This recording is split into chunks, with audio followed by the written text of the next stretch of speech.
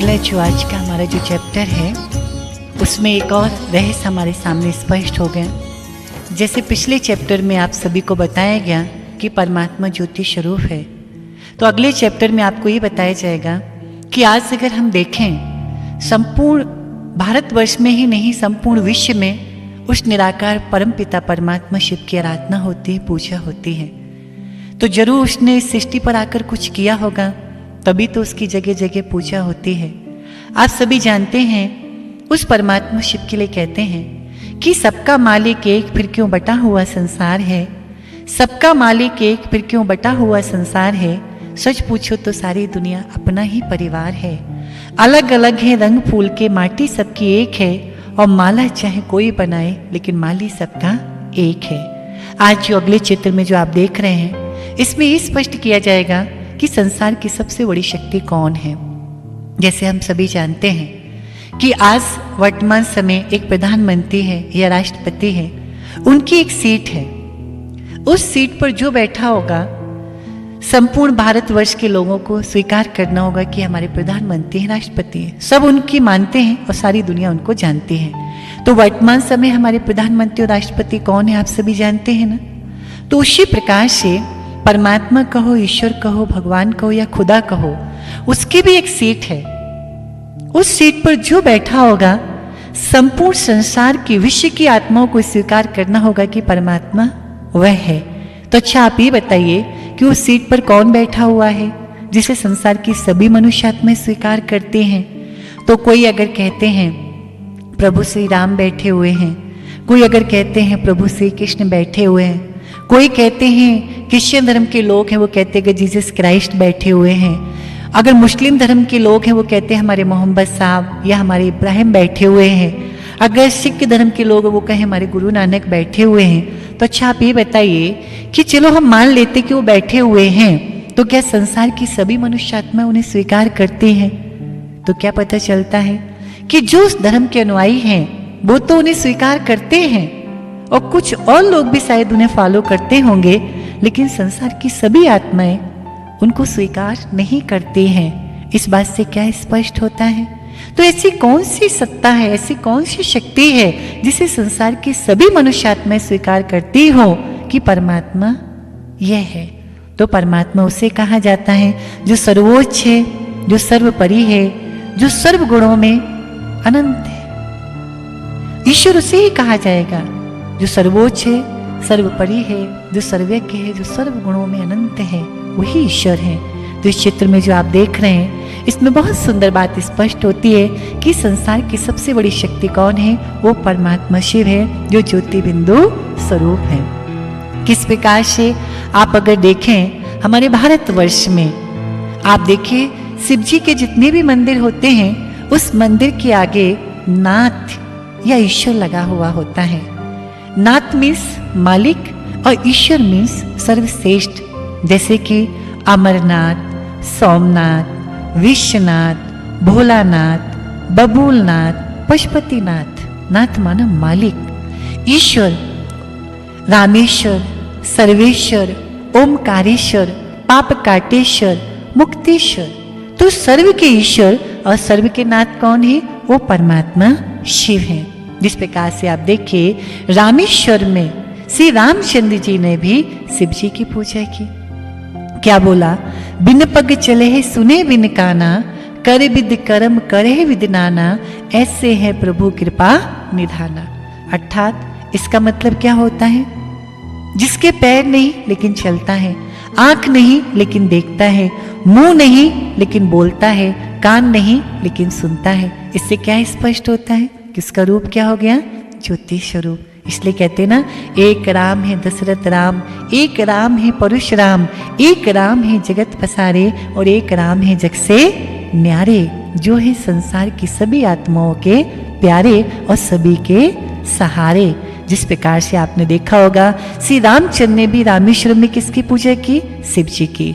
उस शब्द को अगर स्पष्ट किया जाए तो रामेश्वर अर्थात वो राम की भी कौन है, ईश्वर है। उसके बाद जो आप देख रहे हैं अमरनाथ, अर्थात जो हम सभी आत्माएं अमर हैं, आत्मा तो अजर अमर अविनाशी है ना, तो जो हम सभी अमर आत्माओं के नाथ हैं, इसलिए उन्हें क्या कहते हैं? अमरनाथ, विश्वनाथ, जो संपूर्ण विश्व के नाथ हैं। आप देखिए किसी मंदिर में श्री राम की मूर्ति भले श्री कृष्ण की ना हो, श्री कृष्ण की मूर्ति हो श्री राम की ना हो, तो लेकिन शिव जी की पिंडी आपको हर जगह मिलेगी। और सबको हम देव कहते हैं, शिव जी को क्या कहते हैं? महादेव कहते हैं। उसके साथ देखिए आप पशुपतिनाथ, पशुपतिनाथ अर्थात कि जो हम सभी आत्माएं पशु कैसे बन चुके हैं। हमारे अगर कर्म देखा जाए किस तरीके से हमने अपने जीवन को जानवरों की तरह बना लिया है, तो वह परमात्मा हमें आके पशु से फिर पुरुष की तरह बनाते हैं, पुरुषोत्तम बनाते हैं। इसलिए उन्हें क्या कहते हैं? पशुपतिनाथ। सोमनाथ, सोम माने क्या होता है? अमृत, और सोम माने क्या होता है? चंद्रमा जैसा शीतल। तो ज्ञान का अमृत पिलाने वाले और चंद्रमा कैसा शीतल बनाने वाले कौन है? वो परमात्मा शिव हैं। इसलिए उन्हें क्या कहते हैं? रामेश्वर, अमरनाथ, विश्वनाथ, सोमनाथ, पशुपतिनाथ। उसके साथ ही आप देखिए और धर्मों में भी अगर हम जाएं तो जितने भी धर्म पिता हुए, चाहे वो जीसस क्राइस्ट हैं, गुरु नानक हैं, मोहम्मद साहब हैं, ये सब धर्म पिता हैं, परम पिता नहीं है। धर्म पिता अलग है, परम पिता अलग है। तो इन धर्म पिताओं ने भी किसकी आराधना की? उस परम पिता की। जिस प्रकार से जीसस क्राइस्ट ने क्या कहा? God is one, God is light, ईश्वर एक है, वो प्रकाश है। गुरु नानक ने क्या कहा?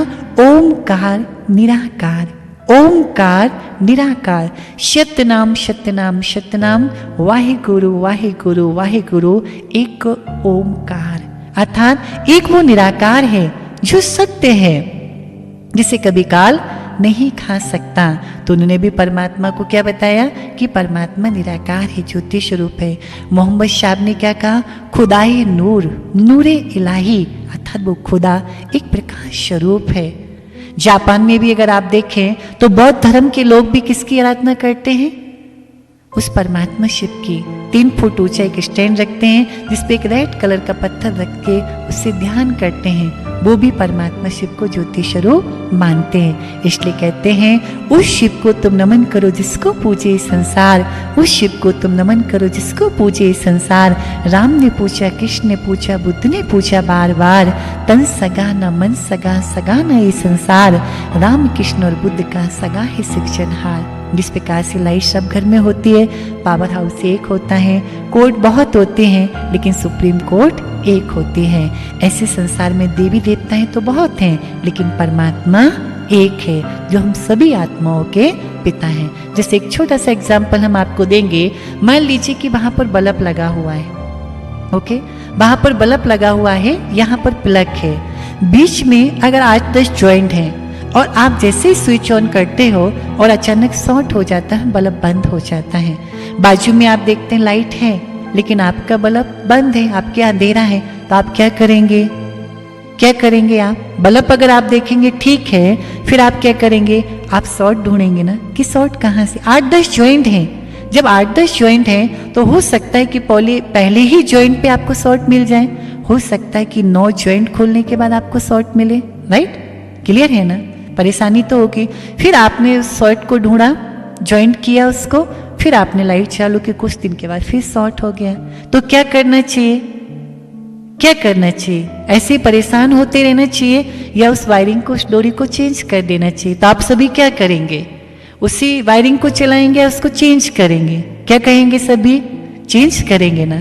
तो चेंज करना माने क्या कि हम सब आत्माएं हैं और वो हमारा पिता परमात्मा है, उससे हमारा कनेक्शन था, लेकिन बीच में हमने बहुत सारे शॉर्ट कर दिए, ज्वाइंट हो गए। कभी इस देवी देवता को मान रहे, कभी उसको मान रहे, कभी उसको मान रहे। ऐसे बीच में बहुत सारे ज्वाइंट होने के कारण क्या हुआ, जीवन में कई बार प्रॉब्लम्स आ जाती है तो शॉर्ट हो जाता है। और जब शॉर्ट हो जाता है तो हमें यही समझ में नहीं आता कि प्रॉब्लम्स कहाँ से है। हम कभी यहाँ भटकते हैं, कहीं वहाँ भटकते हैं, कभी यहाँ जा रहे, कहीं वहाँ पे जा रहे। इस तरीके से हम अपने जीवन में परेशान होते रहते हैं। तो समझदार कौन है? जो उस डोरी को चेंज कर दे। तो आप सभी चाहेंगे ऐसी लाइन हो कि मैं आत्मा और मेरा पिता कौन है? परमात्मा। तो जब डायरेक्ट उस ईश्वर से कनेक्शन होगा तो ना शॉर्ट होगा, ना आपको ज्वाइंट तोड़ना पड़ेगा, ना आपको परेशानी होगी।